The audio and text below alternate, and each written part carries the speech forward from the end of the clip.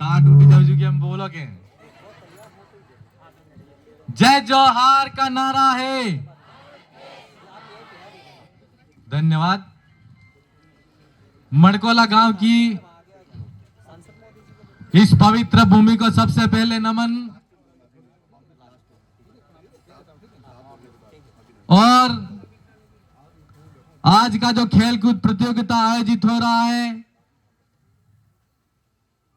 मड़कोला मकन के इस स्कूल प्रांगण के अंदर, सबसे पहले तो हमारे मंचासीन समाज के प्रेरणाता और हमारे समाज के लिए हमेशा लड़ने वाले तमाम पुरखों को नमन। साथ ही आज का जो उद्घाटन प्रतियोगिता है उसमें हमारे बांसवाड़ा डूंगरपुर के लोकप्रिय सांसद राजकुमार जी रोत और सलूमर के आप सब विधायक प्रत्याशी कह रहे हो, लेकिन मैं तो विधायक ही कहूंगा, इसलिए विधायक भाई जितेश भाई कटारा और तमाम मेरे मचासीन साथी, साथ ही हमारी भारत आदिवासी पार्टी के ब्लॉक अध्यक्ष जी, युवा मोर्चा के साथी, भील प्रदेश विद्यार्थी मोर्चा के साथी और तमाम मेरे मामा और मामियों, मेरी बहनों, मेरे युवा भाइयों, आप सबका मैं सबसे पहले तो इस भूमि पर बहुत बहुत स्वागत, अभिनंदन, जोहार करता हूं। साथियों, आज का जो कार्यक्रम है वैसा ही कार्यक्रम हम पहले भी रखना चाहते थे, लेकिन कहीं ना कहीं छोटी मोटी जो भी समस्याएं आ रही थी हमारी पारिवारिक और सामाजिक परिस्थिति के कारण, इस वजह से आज करें कल करें करते करते ये टाइम हमको मिला ही नहीं।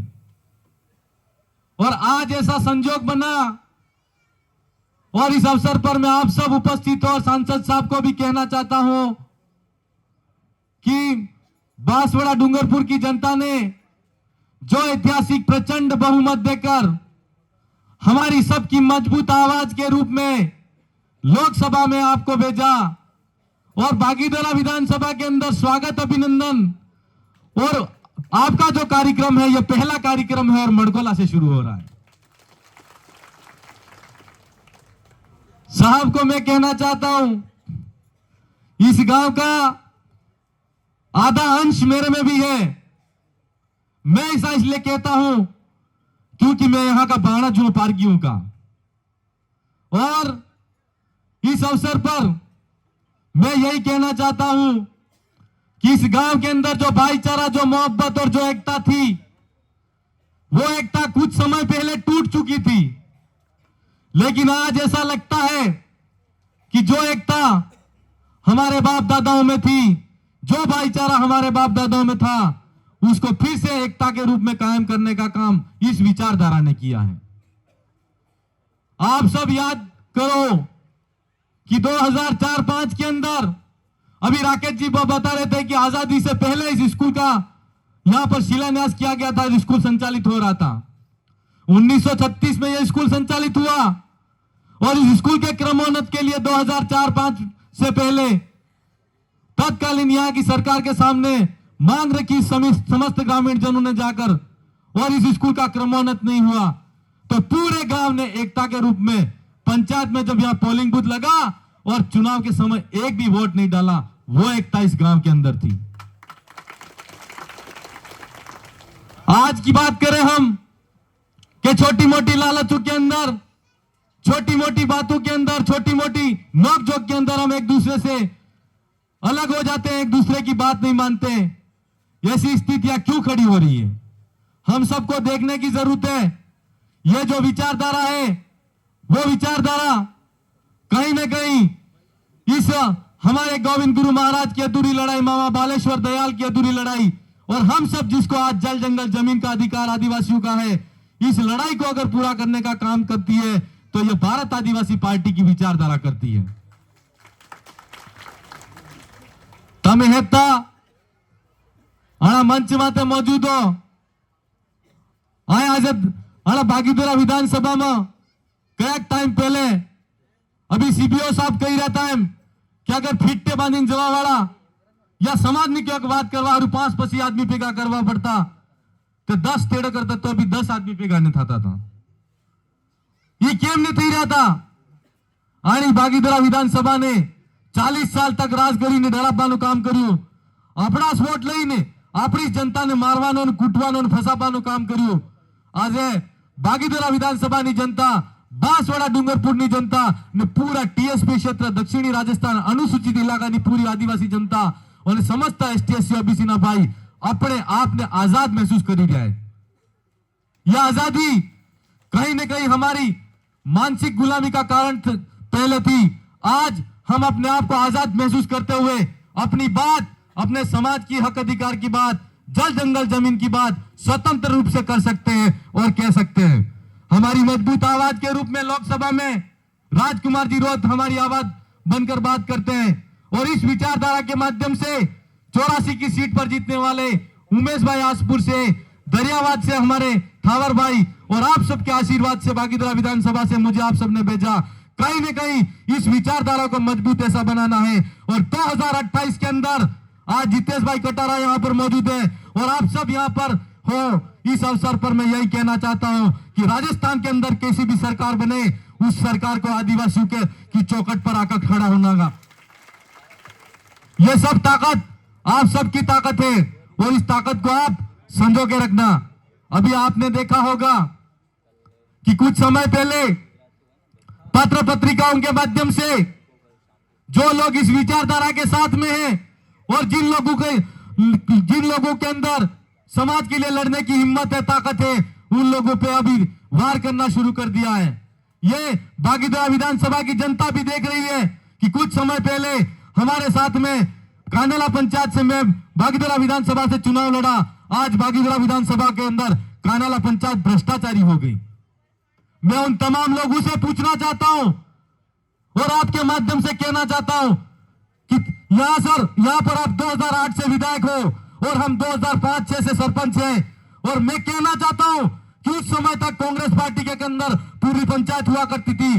पूरा भागीदारा विधानसभा के अंदर कांडला पंचायत और सालिया पंचायत और जो एक चिरोला पंचायत है वो पंचायतें भ्रष्टाचारी कैसे हुई। जिन लोगों ने इस समाज की विचारधारा के साथ में खड़े हुए उन लोगों को आज भ्रष्टाचारी बना रहे हो। तुम्हारे का नेता इतना दाड़ा तो बढ़िया लगता था ना, आज पंबड़वा लगी जा। यह भागीदारा विधानसभा की जनता को कहना चाहता हूं और मैं इस अवसर पर यह भी कहना चाहता हूं कि आपने 2013 के अंदर भैरव जी का पुल का शिलान्यास किया और कार्यक्रम का उद्घाटन किया और आज आप अगर मेरे पे भी इल्जाम लगा रहे हो तो मैं आपको कहना चाहता हूं कि आप 2013 के अंदर विधायक थे। जय कृष्ण पटेल 2013 के अंदर विधायक नहीं था। आपने 9 करोड़ रुपया वहां से स्वीकृत कराया, वो पुल आज तक स्वीकृत कराने के बाद में पूरा नहीं हुआ।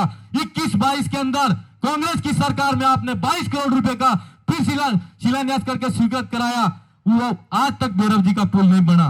मैं मंत्री साहब को कहना चाहता हूं और पूछना चाहता हूं कि आप 37 करोड़ के अंदर लोहे का पुल बना रहे हो कि सोने का पुल बना रहे हो? कौन सा पुल बना रहे हो? हमारी भागीदारा विधानसभा की जनता को गुमराह करने की जरूरत नहीं है। आपके कारनामे बहुत देख चुके हैं और अभी कह रहे हैं कि भागीदारा विधानसभा की जनता आज राजकुमार रोत प्रधानमंत्री मोदी के पास में जाके फोटो खींच के आ गए। वो बड़ा कि मैं बड़ा, ये उनके वक्तव्य है। मैं इस मंच के माध्यम से कहना चाहता हूं कि आप बड़े की बात करते हो। आप राजकुमार जी रोत और संसद के अंदर जब चुनाव हुए तो लड़े और मोदी जी भी आपके साथ में प्रचार खड़ा करने आए थे यहां पर, और लेकिन भारतीय जनता पार्टी को ऊंचे मुंह की खानी पड़ी और राजकुमार जी रोत दिल्ली पहुंच गए। और इस मौके पर यह भी कहना चाहता हूं कि आप बड़े की बात करते हो, लोकतंत्र को अगर मानते हो तो निश्चित तौर पर आपको एहसास हो गया होगा कि राजतंत्र नहीं है, लोकतंत्र है। और भागीदारा विधानसभा के अंदर लोकतंत्र ने राजकुमार रोत को बड़ा कर दिया है। किया है कि नहीं किया है? लेकिन इस अवसर पर मैं आप सबको कहना चाहता हूं और तमाम मेरे समाज के और भारत आदिवासी पार्टी के कार्यकर्ताओं को मेरे 2 हाथ जोड़कर निवेदन और कहना है कि वो जितनी तरीके से हमारे कार्यकर्ताओं को तोड़ने का काम कर रहे हैं, आप निश्चित तौर पर इसका जो भी अगर वो गलत बात कहते हैं उसका खुले मंच से खंडन करो। मैं आपके साथ में कंधे से कंधे मिलाकर हूं, आपको किसी प्रकार से डरने की कोई जरूरत नहीं है मेरे भाई। वो डराने वाला दौर, वो डरने वाला दौर चला गया मेरे भाइयों। हम एकता और भाईचारे में विश्वास करते हैं और इस एकता और भाईचारे की जो मिसाल है उस मिसाल को कायम रखना है हम सबको। हमने एनन खबर नहीं पड़तो कि एम के તમારે અગર 5મી પાસ ને નોકરી જુગે તે કાને લેજો ને 8મી પાસ ને નોકરી જુગે તે ડુંગરપુર જો એમ તો મો તમાર થકી કેવો ચાહ તમને भी કેવો ચાહ મંચ ને માધ્યમ થકી એનાને કેવો ચાહું કે આજ ही गुमराह करवा वाली बात है, इनी बात ने बंद करो। क्या हमारा बागीदरा विधानसभा ની जनता है जार तक તમારા હાથે था ને તમન જીતાડ્યા તવળે તમે 5મી 6ઠી અનુસૂચિની વાત કેમ ને કરી? આદિવાસીનો આ ઇલાકામાં જલ જંગલ જમીનનો અધિકાર है, इन्हें बारे में તમે કેમ વાત નહીં કરી? આજે એનો મતલબ કે તમે અગર 5મી પાસ ને 6ઠી પાસ એમ કરી કે આની જનતાને ગુમરાહ કરવાનું કામ કરો તો એમ સમજવાનું કે અમે આજ તક જે આદમીને વોટ આલ્યો તો એને ફેર થકી પહેલી में एडमिशन लेवानी जरूरत है कि नहीं है?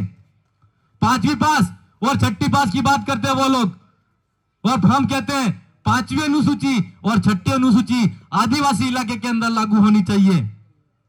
तो फिर से हमारी जनता को गुमराह करने का काम कर रहे हैं कि नहीं कर रहे? वो कर रहे हैं कि नहीं कर रहे? वो हम लोगों को सावधान रहना है और तमाम कार्यकर्ताओं को और मेरी मातृशक्ति बहनों को मेरा कहना है कि अगर वो लोग उनके कैसे भी लोग हमारी यहाँ पर धरातल पर अगर हमारे कार्यकर्ता के साथ में अगर ऐसी भ्रामक बातें करके हमको गुमराह करने का काम करे तो हम लोगों को उसका खंडन करना है, उसका विरोध करना है। और कोई भी ऐसा साथी अगर आपके साथ में अपमानजनक शब्द का इस्तेमाल करे तो मैं उनको आपको कहना चाहता हूं कि आपको किसी से डरने की जरूरत नहीं है।